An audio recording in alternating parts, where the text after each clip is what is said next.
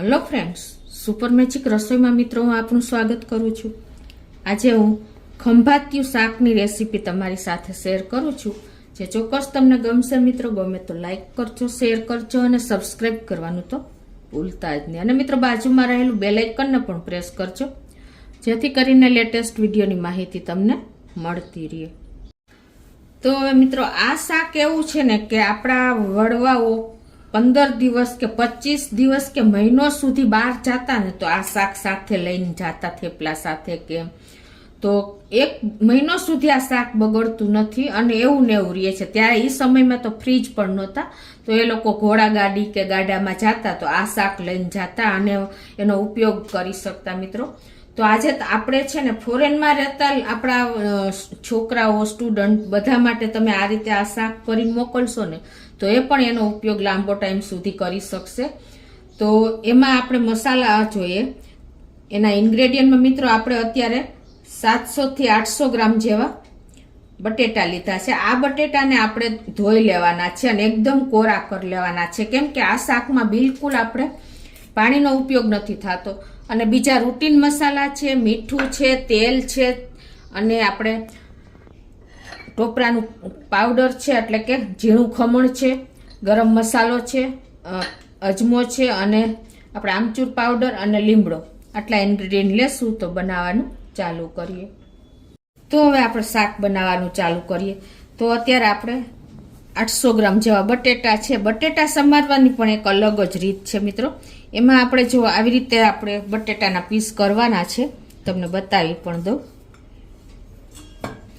બટેટાને એકદમ ક્લીન કરીને 4-5 પાણીએ ધોવાના છે, આપણે એની છાલ નથી ઉતારવાની અને એકદમ કોરા કરી લેવાના છે। પછી તમારે આવી રીતે બટેટાને 2 પાર્ટમાં કરી પાછા આપણે એના 2 પાર્ટ કરવાના છે આવી રીતે। અને પછી આપણે જે આ 2 ચિપ્સ કરીને એના પાછા 2 જ પીસ કરવાના છે મિત્રો। આટલી મોટી સાઈઝમાં જ આપણે બટેટાને રાખવાના છે, જુઓ સમજાઈ ગયું? આ રીતે જ આપણે બધા બટેટાને સમારી લેશું। જુઓ આ ટાઈપના જ આપણે બટેટા મોટા પીસમાં કરવાના છે। તો આ રીતે જુઓ આપણે આ સાઈઝના જ મોટા જ પીસ કરવાના છે। અને બીજું કે આપણે છાલ નથી ઉતારી અને આમાં આપણે ચડિયાતું તેલ આવશે મિત્રો, એટલે હવે આપણે અને બીજું ખાસ શું છે કે આ શાક આપણે માટીના વાસણમાં જ બનાવવાનું છે, ખાસ નોટ કરજો। તો અત્યારે મેં આવી રીતે માટીનું વાસણ લીધું છે અને ગેસ ઓન કરી અને ગેસની ફ્લેમ શરૂઆતમાં આપણે ફૂલ રાખશું એટલે માટીનું વાસણ તપી જાય। અને એમાં આપણે અત્યારે ટૂંકમાં ઓછામાં ઓછું આપણે 1/2 કપ જેવું તેલ લેશું મિત્રો। તેલની ક્વોન્ટિટી થોડીક ચડિયાતી છે, પછી તમે તમારા માપ સાઈઝ પ્રમાણે તેલ નાખી શકો છો, કેમ કે તો જ આ શાક લાંબો સમય સુધી રહેશે અને ટેસ્ટમાં બેસ્ટ એવું આપણું શાક તૈયાર થશે। તો હવે આ શાક આપણે બટેટાનું છે એટલે આપણે ડાયજેશનમાં પ્રોબ્લેમ ન થાય ને એના માટે આપણે 1 ચમચી જેવો અજમો નાખી દેશું। તેલ આપણું થોડું ગરમ જ થઈ ગયું છે અને જેટલો અજમો લીધો છે એનાથી અડધું જીરું આપણે અડધી ટીસ્પૂન જેવું નાખી દઈશું અને 1/4 ટીસ્પૂન જેવી હિંગ નાખી દઈશું। હિંગનો પણ ગુણ આપણને ડાયજેશનમાં સારો પડે છે। અને આપણે પિંચ જેટલી જ હળદર નાખવાની છે, બટેટાને કલર આપવા પૂરતી, જુઓ મિત્રો આટલી જ નાખવાની છે। અને હવે આપણે જે આ બટેટા સમાર્યા છે ને એ નાખશું એ પહેલાં આપણે લીમડાની 2 ડાળી નાખી દઈશું અને એકદમ સરસ લીમડાને આપણે આમાં કકડાવવાનો છે। આપણે પાણીનો બિલકુલ ઉપયોગ નથી કરવાનો, એટલે તો જ આ શાક આપણું 1 મહિનો સુધી સારું રહેશે મિત્રો। અને હવે આપણે જે આ બટેટા સમાર્યા છે એ નાખી દેશું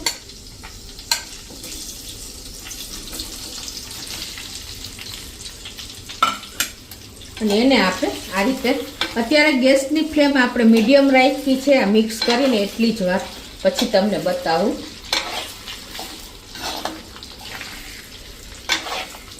આ રીતે જુઓ તેલ તો ચડિયાતું જ છે મિત્રો।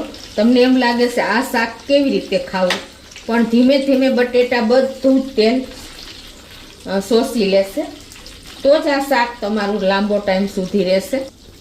આપણે અત્યારે મીઠું નથી નાખતા અને આ રીતે આપણે ઢાંકી જ દેશું ગેસની ફ્લેમ સાવ સ્લો રાખવાની છે મિત્રો. એકદમ સ્લો ફ્લેમ ઉપર જ આપણે આ શાકને 10 થી 12 મિનિટ સુધી કૂક કરવાનું છે. તો આપણે ઢાંકી દેશું. હવે મિત્રો આપણે ખાસ મસાલા તૈયાર કરી લેશું. તો આપણે 800 ગ્રામ જેવા બટેટા છે ને, તો એની સામે આપણે 3 ચમચી જેવું ધાણા જીરું લેશું. જે રૂટીન આપણે ખાવાની ચમચી છે ને એ ચમચી મેં ઉપયોગ કર્યો છે. અને એની સામે આપણે 1.5 ચમચી જેવું લાલ મરચું પાવડર લેશું. તમે તમારા ટેસ્ટ એકોર્ડિંગ વધઘટ કરી શકો છો. બાળકોને દેવાનું હોય તો એ પ્રમાણે નાખવાનું. અને અડધી ચમચી જેવી આપણે હળદર નાખી દેશું.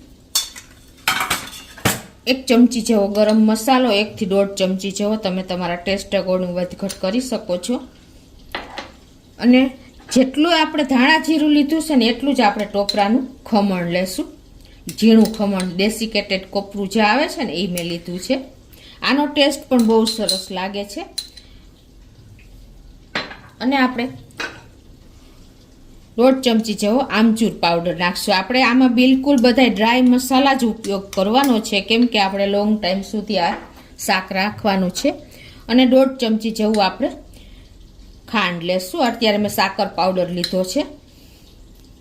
હવે આ બધું જ આપણે મિક્સ કરી લેવાનું છે. મિત્રો, તીખાશ, ખટાશ અને ગળાશ ત્રણેયનું બેલેન્સ થાય ને તો જ શાકનો ટેસ્ટ એકદમ સરસ આવે.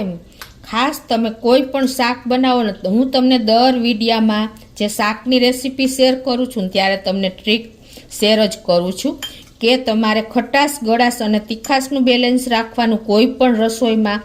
અને શાકની રેસીપીમાં તમારે ખાસ દહીં એડ કરો ને એટલે તમારે તેલની ક્વોન્ટિટી ઓછી અને ટેસ્ટ અનેક ગણો વધી જશે. એટલે આવી નાની નાની બાબત ખાસ જે બિગનર્સ છોકરીઓ છે ને એના માટે હું શેર કરું છું, તો તમે ખાસ નોટ કરજો. તો આ રીતે આપણો મસાલો પણ સરસ મિક્સ થઈ ગયો છે. અને આ બાજુ આપણે શાકને પણ ચેક કરી લઈએ. તો હવે 8 મિનિટ થઈ છે ને આપણે જોઈ લઈએ કે આપણા બટેટા કેટલા કૂક થયા છે. મિત્રો, હજી થોડીક કચાશ છે. તો આ રીતે આપણે એને મિક્સ કરી લઈએ એકવાર. મિત્રો, જોતા જ મોઢામાં પાણી આવી જાય ને. બટેટાના કોઈ મેમ્બર એવું નહીં હોય, છોકરાઓથી માંડીને વડીલો બધાને શાક તો બટેટાનું ફેવરિટ જ હોય છે. પણ તમે આ રીતે જો રાખીને છોકરાઓને, જે સ્ટુડન્ટ બહાર જાય છે એને આપશો ને તો પણ એ હોશે હોશે ઘરનું શાક જમી શકશે. તો હજી આને આપણે 5 મિનિટ રાખી દઈએ સ્લો ફ્લેમ ઉપર જ. તો 12 મિનિટ જેવું થયું છે. અને જોઈ લઈએ આપણે. જુઓ મિત્રો, જોતા જ મોઢામાં પાણી આવી જાય ને એવું આપણું શાક રેડી થશે. તમને ખ્યાલ આવી જાય છે. જે છાલવાળું શાક નહીં ખાતા હોય ને એ પણ આ શાક હોશે હોશે ખાઈ જશે. એટલું સરસ. જો માટીનું વાસણ છે ને આપણને એટલો બેનિફિટ રહે છે ને કે એમાં ગમે એવું શાક હોય ને તો એટલું ફ્લેવરફુલ બને છે.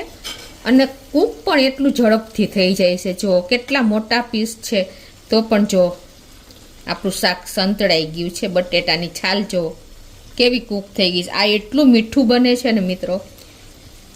તો હવે આપણે આમાં મસાલા એડ કરી દઈશું. તો જે આપણે આ મસાલો મિક્સ કર્યો ને એ આ રીતે આપણે એને સ્લો ફ્લેમ જ રાખવાની છે હજી પણ. અને આ રીતે આપણે ઉપર સ્પ્રિંકલ કરી દઈશું. તો મિત્રો, હવે લાસ્ટમાં આપણે 1 ટીસ્પૂન જેવું મીઠું નાખીને અને આ મસાલાને આપણે હલાવવાનો નથી. અને આ રીતે જ કવર કરીને અને 1 મિનિટ સુધી સ્લો ફ્લેમ ઉપર કૂક થવા દેશું. તો 1 મિનિટ થઈ ગઈ છે. અને જુઓ, આપણો મસાલો પણ સરસ કૂક થઈ ગયો છે મિત્રો. એકદમ સરસ સ્મેલ આવી રહી છે. તો હવે આને આપણે મિક્સ કરી લઈએ. તો હવે ગેસની ફ્લેમ આપણે બંધ કરી અને આને મિક્સ કરી લેશું મિત્રો. આમાં બિલકુલ આપણે કોઈ પણ ધાણા ભાજી પણ નથી ઉમેરવાની, કેમ કે આપણે સૂકા મસાલા જ એડ કર્યા છે. જો મિત્રો, શાકનો મસાલો એકદમ, આ શાક તમે રોટલી, પરાઠા, પૂરી સાથે ખાઈ શકો છો અને લાંબો ટાઈમ સુધી એન્જોય કરી શકો છો મિત્રો. તમને એમ લાગશે કે આ તેલ કેટલું દેખાય છે, પણ આ બધું જ તેલ બટેટા શોષી લેશે. તો હવે આપણે સર્વ કરી લઈએ. તો હવે તમને પ્લેટિંગ કરીને પણ બતાવી દઉં મિત્રો કે કેવી શાક બન્યું છે આપણું. આ રીતે તમે પ્લેટમાં કાઢી શકો છો. જુઓ મિત્રો, આ શાક મિત્રો ખંભાત ખેડા સાઈડ બહુ બને છે, પણ આપણે કાઠિયાવાડ સૌરાષ્ટ્રમાં બિલકુલ નથી બનતું. તમે ચોક્કસ એક વખત ટ્રાય કરજો. એક અલગ જ ફ્લેવર સાથે તમને મજા આવી જશે એવું શાક બને છે. અને આ શાક ખાતા તમે ધરાશો નહીં, પણ એટલું સરસ લાગે છે મિત્રો. જુઓ એનું લુક જુઓ. બધા ડ્રાય મસાલા આપણે ઉપયોગ કર્યા છે એટલે બગડશે નહીં. 1 મહિનો સુધી તમે આનો ઉપયોગ કરી શકશો. બીજું મિત્રો કે આ શાક તમે ફ્રીજ વગર સ્ટોર કરી શકશો અને એવું ને એવું રહેશે, બગડશે નહીં. તો તમને ચોક્કસ આ વિડીયો ઉપયોગી થશે મિત્રો. ગમે તો લાઈક કરજો, મને કોમેન્ટ બોક્સમાં જણાવજો અને શેર કરવાનું તો ભૂલતા જ નહીં.